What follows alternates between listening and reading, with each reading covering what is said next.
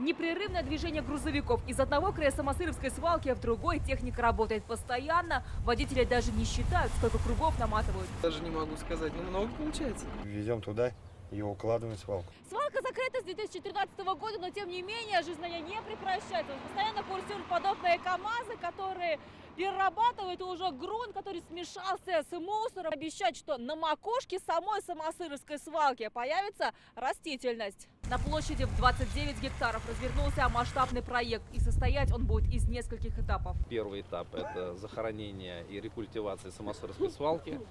Здесь будут холмы, зеленые холмы. Утопать в зелени свалка за 274 миллиона рублей будет к следующему году. Проведут и трубопровод, по которому пойдет биогаз. Часть склона уберут, покроют специальной пленкой. Не думаю, что это будет санаторная зона на самом деле.